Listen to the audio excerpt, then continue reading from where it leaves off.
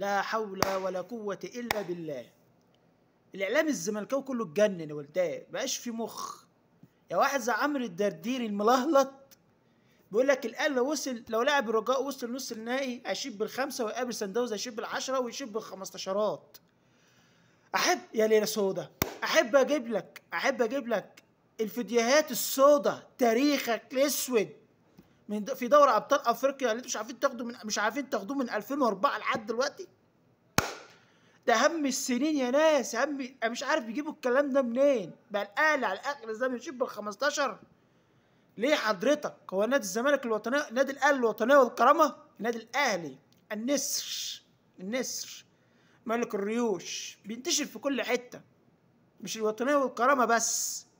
انتوا بتجيبوا الكلام ده منين؟ ده ما يقولوش واحد مجنون بيطلع من مستشفى العباسيه، ده كركر نفسه ما يقولوش.